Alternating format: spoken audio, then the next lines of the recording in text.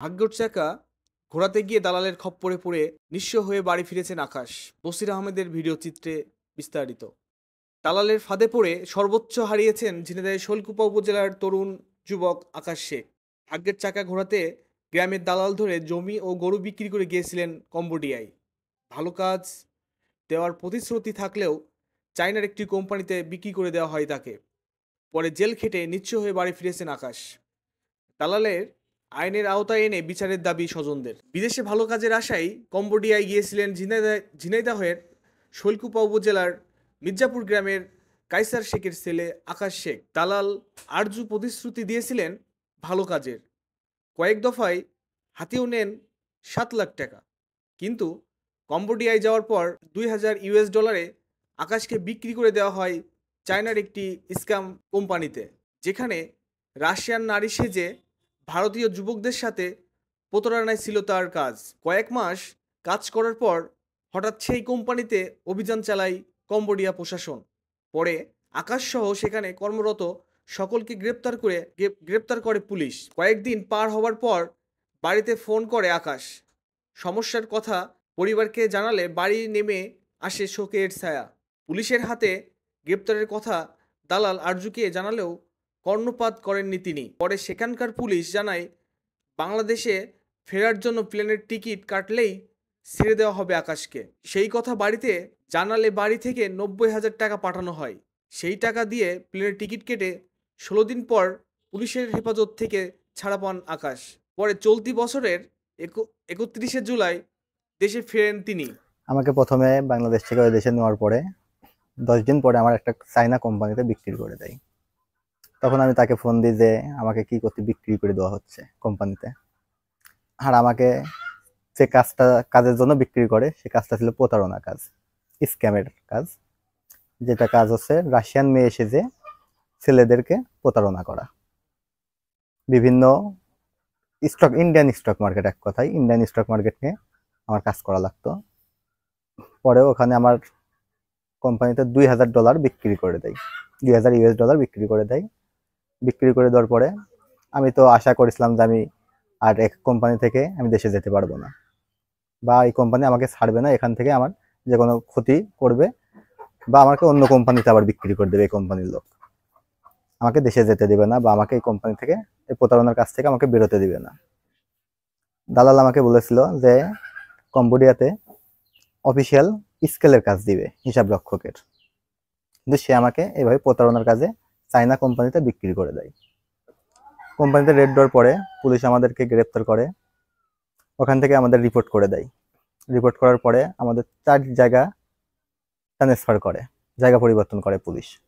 জায়গা পরিবর্তন করে টোটাল 16 দিন আমরা পুলিশের হেফাজতে ছিলাম এবং ইমিগ্রেশন পুলিশের জেলে ছিলাম।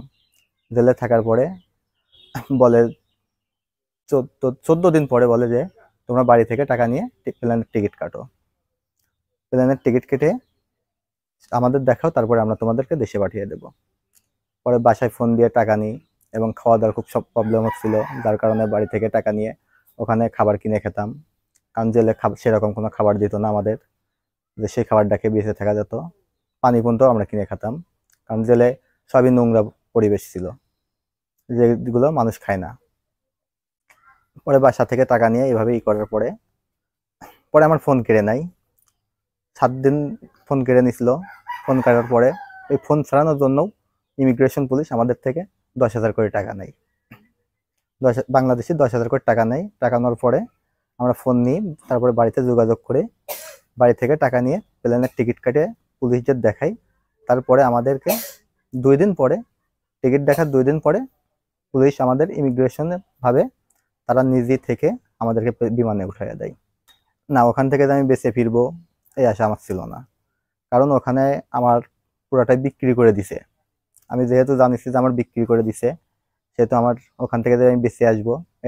প্রথম আমি কাজ করতেছিলাম, কাজের এখানে এসে কাছে যে তোমার সল বাড়ি পাঠাও। আমি বলছি আমার টাকা নেই, পয়সা নেই, আমি কিভাবে বাড়ি পাঠাবো? অত টাকা থাকার দরকার, টাকা না থাকলে বাড়ি যাওয়ার তো নেই। কাছে যে টাকা চিন্তা তুমি করিও না, তুমি পরের বাড়ি কত টাকা কাজ করবা, তুমি তো খাটতে খাটতে ইহা গেলি। তাই আমি বললাম দেখো আমার টাকা নেই।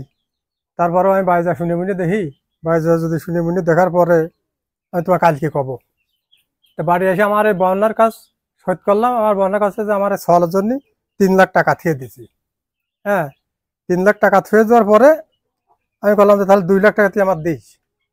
আর আমি ই করলাম যে আমার লিচির ভুই রয়েছে, ওই ভুইকে আমি 1 লাখ টাকা কট হবো। এটা সিদ্ধান্ত করিয়ে ওর কাছে বললাম যে ঠিক আছে, আর এটা আমার গরু ছিল, সে গরুটা বেচবো। আমার ছেলে যখন চাইনার কাছে বিক্রি করে দিয়েছে, আমি কিভাবে আশাই করবো যে হচ্ছে আমার ছেলে চাইনার আমার কাছে ফেরত দিবি? এই পুলিশের মাধ্যমে না হলে কত দূর কি হতো, ছেলে জীবনে চোখে দেখতাম কি দেখতাম না। এই তো সৌভাগ্যের কপাল। কত যখন আমার ছেলে নিয়েছিল সেখন তো এই কথা কইছিল না। কত কইছিল না ভালো জায়গা, ভালো রাষ্ট্র, ওই জায়গায় সবকিছু ই আছে, কোনো সমস্যা হবে না। আর কম্পিউটারের কাজ, রুমে বসে কাজ করবে, এসির ভিতর বসে। ও যে এরকম কাজে দিবি আমরা তো জানিছিলাম না, কোনো সময় তো কথা বলিনি।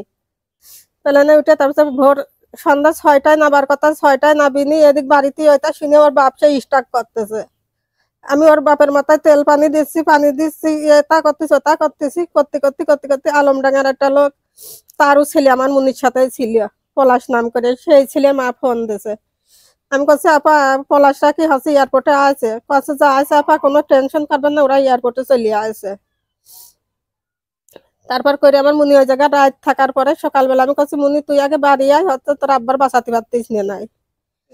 তারপরে হচ্ছে গিয়ে আমার মুনি এসে রাত ওই জায়গায় থাকার পরে তারপরে বাড়ি আসে। বাড়ি এসে ছেলে আমার রোদেও যেতে পারে না, খাতেও পারতেছে না, কিছুই না। ছেলে গাও মাথা ঘামিয়ে, ছেলে গাও গতর কাইপে সেই একরকম। ওই খবর পাওয়ার পরে মা বাপের কেমন লাগে সে মা বাপই জানে। যে একটা সন্তান জেলে যখনই শুনেছি যে পুলিশই ধরেছে, পুলিশই আটকাইছে, তবু ফোন কাটিয়ে এনেছে, তারপরেও ছেলের খাতি দিচ্ছে না, কিছু দিচ্ছে না। এইসব কথা শুনে মা বাপ, কোনো মা বাপ কি স্থির থাকতে পারে? সেই তো কচিত যে বাড়িতে 18 দিন আমার বাড়ি রান্না নেই, খাওয়া নেই, দেওয়া নেই, সেই একরকম। এখন চাচ্ছি ও আমার কাছ থেকে টাকাগুলো নেছে, এখন 6 সম্মান আমার টাকাগুলো যদি দিয়ে দেয়, আমি কোনো বাধা বিঘ্ন করবো না, কোনো হচ্ছে ই করবো না, গ্যাঞ্জাম করবো না। আর ও যদি 6 সম্মানে না দেয় তো আমি আইনের আশ্রয় যাব।